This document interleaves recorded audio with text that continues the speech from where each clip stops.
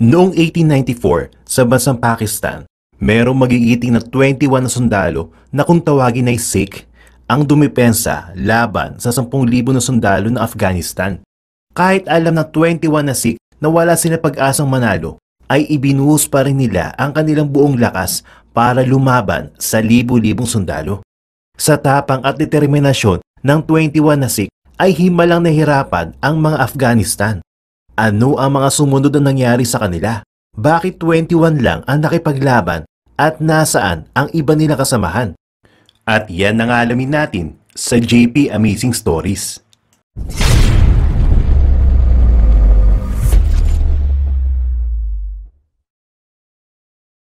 Sa isang malawak na lupain, dalawang sundalo ang nag-uusap. Nagdrawing ng dalawang hanay ng bundok at isang linya ang mas matanda at veteranong sundalong officer. Pinaliwanag ng officer na ang mga British na kakampi ng India ay parang katulad sa asawang lalaki. Samantala, ang mga Afghans naman ay katulad ng isang asawang babae. Ninakawan ng babae ang lalaki, kaya naman nagkaroon ng malaking gulo. Dinagdag pa ng officer na nagkasundo ang mag-asawa sa pamamagitan ng linya o ng border. Subalit nakikialam ang magistrate at iniimpluwensyahan niya ang babae. Naintindihan ito ng nakababatang sundalo. Alam niya na ang babae o mga Afghans ay nagnanais na masira ang relasyon ng India at mga British. Tumawa pareha si Ishar at Gulab. Hindi nila alintana ang peligro na dulot ng gera. Ilang sandali pa ay tinawag ng British na officer si Ishar Singh. Havaldar ang posisyon ni Ishar, parang katulad ng sergeant sa army ng mga British. Sinabi ng British na officer na babalik na sila sa fortress ng Gulistan at dapat maghanda na si Ishar. Bigla na lamang nakarinig si Ishar ng ingay. Paparating na ang maraming kaaway. Mga Pashtun o Afghans na handang makipaglaban ng patayan. Hinihila ng mga Pashtuns ang isang kawawang babae. Mukhang papatayin nila ang babae o di kaya naman ay papahirapan. Inoobserbahan lang ni Ishar Singh ang mga pangyayari. Nang akmang pupugutan ng babae, ay kumilos agad si Ishar Singh. Lumundag siya at binaril ang executioner at agad niyang nilapitan ang kawawang babae. Lumusob ang mga Pashtuns na kakampi ng asawang lalaki. Subalit isa-isa silang tinalo ni Ishar. Ngunit dahil sa dami ng Pashtuns ay na-corner si Ishar. Dito na kumilos si Gulab Singh. Lumusob siya kasama iba pang mga Indian na sundalo. Natalo ang mga Pashtun at sila'y umatras sa malapit na bundok. Handa sila maghiganti kay Ishar at sa grupo neto. Pagbalik sa kampo ng Fort Gulistan, iminungkahi ng English officer na parusahan si Ishar Singh. Pumayag ang major at sila ay nagpadala ng mensahe sa isang lieutenant colonel na nakadistino sa kalapit na fort ng Saragari. Samantala, walang pakialam si Ishar kung parusahan man siya o hindi.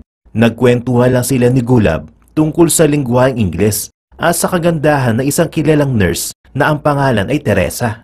Pero sa isang iglap, isang bala ang tumama kay Gulab at siya ay bumulagta sa lupa. Natamaan rin ng bala ang turban ni Ishar at nakita niya sa di kalayuan na lumulusob ang isang grupo ng mga Pashtun. Naalerto ang buong Fort Gulistan. Gumanti ng putok ang mga sundalo gamit ang mga rifle at machine gun. Pagkatapos dalhin ni Ishar si Gulab sa klinik, tinulungan niya ang ibang mga sundalo sa pagdepensa. Sa ibaba ng fort, napansin ni Gulab na may maliit na grupo ng Pashtun na gumagawa ng hukay. Mabilis ang pinatay ni Ishar Singh ang mga naghuhukay na Pashtun. Samantala, isang Afghan sniper ang tumapos sa mga Indiano na nagpapaputok ng machine gun. Nakita ito ni Ishar habang siya ay nagkukubli sa mga nakapasok na Pashtuns. Gumawa ng paraan si Ishar. Nagbato siya ng gasera at pinasabog ang isang parte ng kampo. Madaming Pashtun ang natamaan ng impact, kabilang na ang Afghan sniper na tumalsik palayo. Hinabol ni Ishar ang sniper, pero nalaman niya na marami pala itong kasamang nagtatago. Mabuti na lamang at dumating ang mga kasama ni Ishar at napaatras ang mga kalaban. Pagkatapos ng labanan, sinabihan ng commanding officer na si Ishar ang dahilan kung bakit lumusob ang mga Pashtuns dahil ito sa ginawa niyang pagliligtas sa babae. Bilang kaparusahan, inilipat si Ishar Singh sa kampo ng Saragari. Halos hindi ito matanggap ni Ishar dahil siya ay isang sundalo at hindi postman na magbabantay lamang. At bilang dagdag sa insulto, inapi at pinahiya pa ng senior officer si Ishar. Bago tuluyang umalis ay nagpaalam muna si Ishar kay Gulab na kasalukuyang nagpapagaling sa klinik. Naglakbay patungo sa Saragari si Ishar Singh. Nang makarating siya sa lugar, ay natagpuan niya ang babaeng na kanyang iniligtas. Pagkatapos nila mag-usap, naglakad na palayo si Ishar. Dismayado si Ishar nang makita niya ang kampo ng Saragari. Hindi organisado ang mga sundalo at wala rin nagpapatrol. Nagmukhang lumang post office ang kampo. Pinagsabihan ni Ishar ang leader ng Saragari na si Lal Singh. Pinurusahan ni Ishar ang mga tamad na sundalo. Kailangan nila maglaban hanggang tumilaok ang mga manok sa kampo. Samantala, inumpisahan ni Ishar ang paggawa ng isang garden sa labas ng kampo.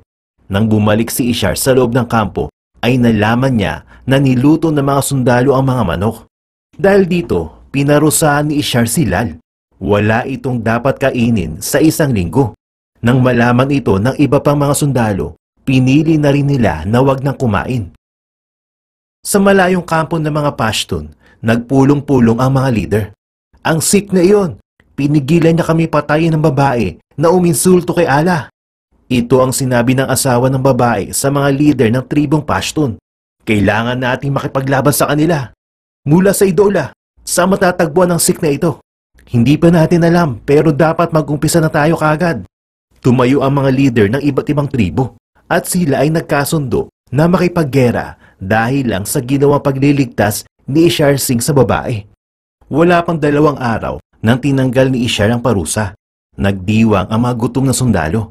Pero hindi pumayag ang loyal na sundalo na si Chanda Singh. Para sa kanya, ang tunay na sundalo ay hindi umuurong sa kaparusahan. Dito na sinabi ng tagaluto na si Kuda na hindi rin kumain si Ishar Singh kasabay ng parusa nila. Tumaas ang respeto ng mga sundalo kay Ishar. Ilang araw ang lumipas at matiwasay naman ang lahat sa kampo.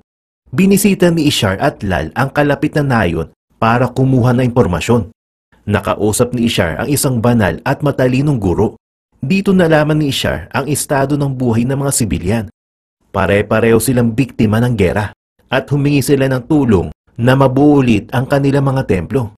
Pagbalik ni Ishar sa kampo ay humanap siya ng mga sundalong tutulong sa kanya sa pagbuo ng mga templo para sa Diyos. Hindi pumayag ang karamihan, kabilang na si Chanda.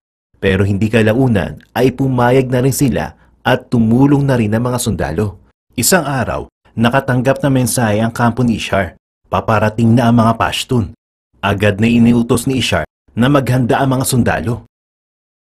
Sa di kalayuan, nakita ni Ishar ang daang-daang mga kalaban galing sa iba't ibang tribo. Papalapit ang leader na si Saidullah. Hatak niya ang dati niyang asawa. Mukhang pinahirapan niya muna ito bago dinala malapit sa Saragari. Walang habas na inutos ni Saidullah na pugutan ang kawawang babae. Nagdiwang ang mga Pashtun sa pagkamatay ng babae. Napuno ng galit si Ishar sa kanya nakita. Halos 10,000 ang bilang ng mga kalaban natin, sabi ni Ishar sa kanya mga sundalo. 21 lang tayong lahat. Nagpadala na mensahe ang leader ng Lockhart. Hindi nila tayo matutulungan. Iwan na lang daw natin ang kampo at tayo ay umatras, dagdag pa ni Ishar. Nagtawanan ng mga sundalo. Wala silang plano umatras. Sir, lalaban kami. Wala na itong atrasan. Buong pusong sambit ni Chanda. Pag-isipan niyo munang maigi kung para saan kayo lumalaban. Dahil ako, lalaban ako para sa misyon ko bilang sundalo. Hindi para sa mga British na nanakop sa atin, sagot ni Ishar. Pero sir, para saan ka ba talaga lumalaban? Hindi ka totoo sa sarili mo. Hindi nakasagot si Ishar kay Chanda. Agad siya naglakad palayo at bumalik sa loob ng barracks. Nagpatuloy lang si Chanda sa pagsasalita.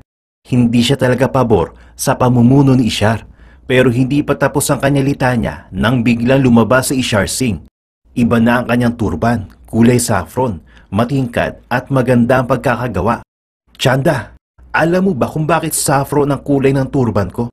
Ito ay simbolo ng katapangan at sakripisyo.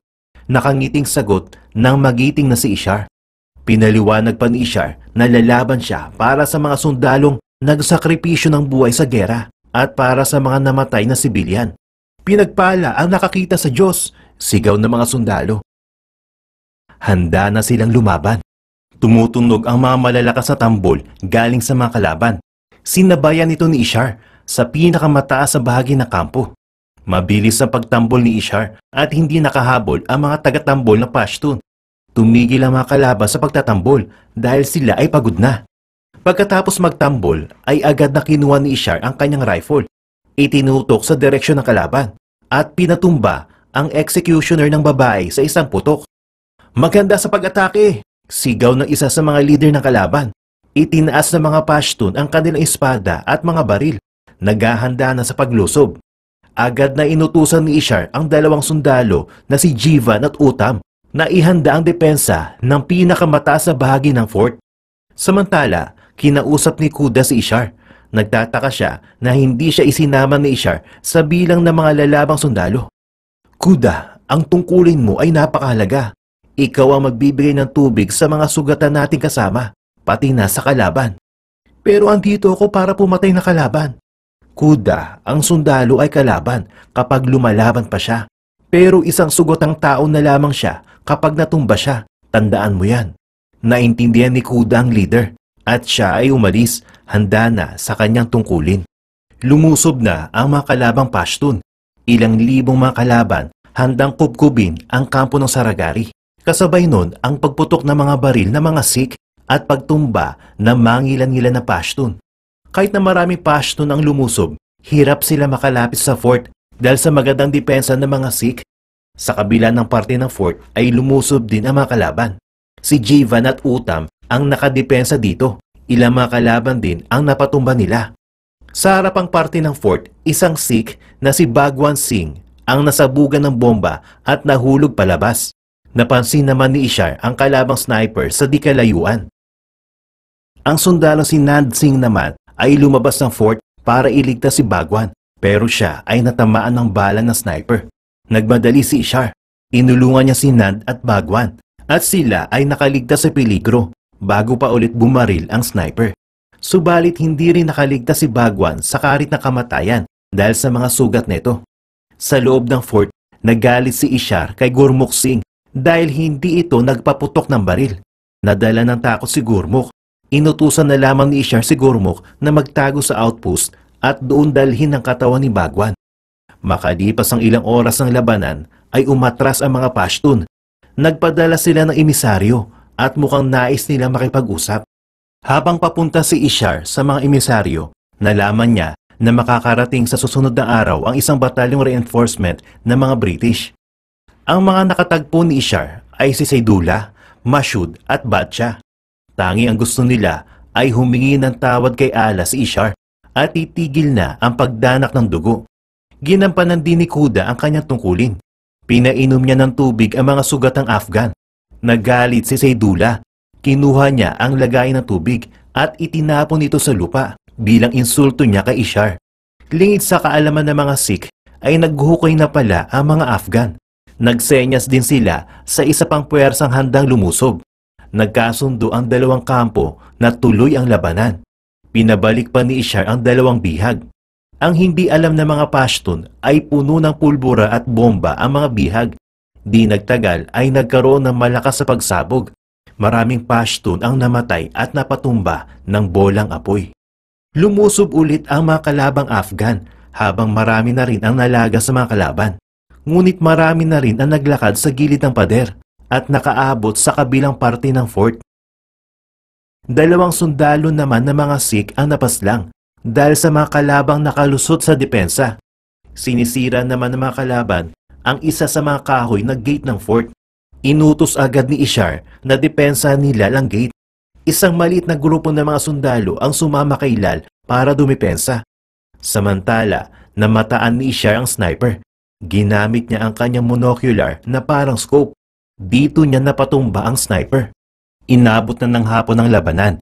Naisipan ng mga Pashtun na gamitin ang mga patay na katawan bilang hagdanan para maabot ang fort. Gumamit na rin ng lubid ang mga nakalapit na kalaban. Ilang kalaban ang sinaksak at itinulak ni Ishar palayo sa fort.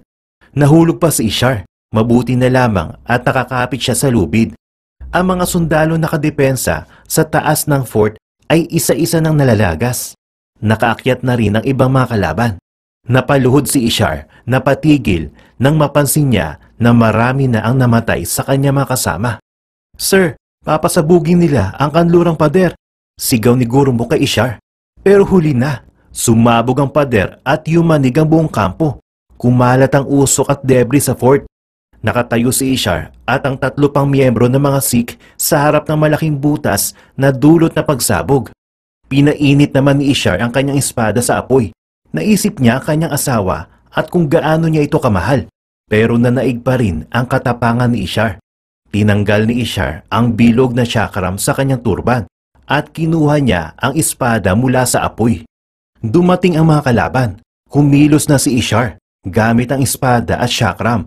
Isa-isang hiniwan ni Ishar ang mga Pashtun. Magkahalo ang kanyang galit at dedikasyon sa laban. Nagpaikot-ikot na parang buhawi si Ishar. Marami ang nalalagas sa bawat pagbaba ng kanyang espada. Di nagtagal ay nasugatan rin si Ishar at natamaan ng mga bala. Maraming beses na rin siya nasaksak ng mga espada. Habang pinapainom ni Kuda ng tubig ang mga sugatan, naabutan siya ni Saidullah. Gamit ang espada, pinaslang ni Saidullah si Kuda. Si Shanda naman ay ilang beses na sinaksak ng mga kalaban, pero lumaban siya na walang takot at walang duda. Tatanggalin pa sana ni Saidullah ang turban ni Ishar, subalit nakabunot ito ng punyal. Galit na itinarak ni Ishar ang punyal kay Saidullah. Bumulagtas si Saidullah at dahan-dahang tumungo naman ang ulo ni Ishar Sig na maalam at namayapa na ang mandirigmang si Ishar. Inamin ni Mashood kay Badshah na hindi sila nagtagumpay. Imposible na maabot ang Gulistan at Lockhart dahil paggabi na. Nagkasundo ang dalawang leader na huwag galawin ang turban ni Ishar. Ngunit hindi na kontento si Badshah. Pinalusob niya ang mga tauhan sa natitirang tower outpost kung nasaan si Gurumuk. Dinipensa ni Gurumuk ang tower pero na-corner siya dahil sa mga gaserang ibinato ng mga kalaban. Ilang segundo pa ay nilamon na ng apoy ang tower. Nagulat si Badshah nang makita niya si Gurumuk. Papalapit kahit na nasusunog ang kanyang katawan. Hinablot ni Gurumuk ang pulbura at bomba ni Badshah. Pinadaan niya ito sa apoy sa kanyang braso at naglika ng malakas sa pagsabog. Dito na nasawi ang lahat ng mga Sikh. Lumipas sa mga panahon, isang maliit na halaman ang umusbong sa garden ni Ishar. Ito na marahil ang isa sa mga palatandaan ng kabayanihan ni Ishar Singh at ng buong 36 Sikh Regiment, mga malalayang sundalo at mandirigma.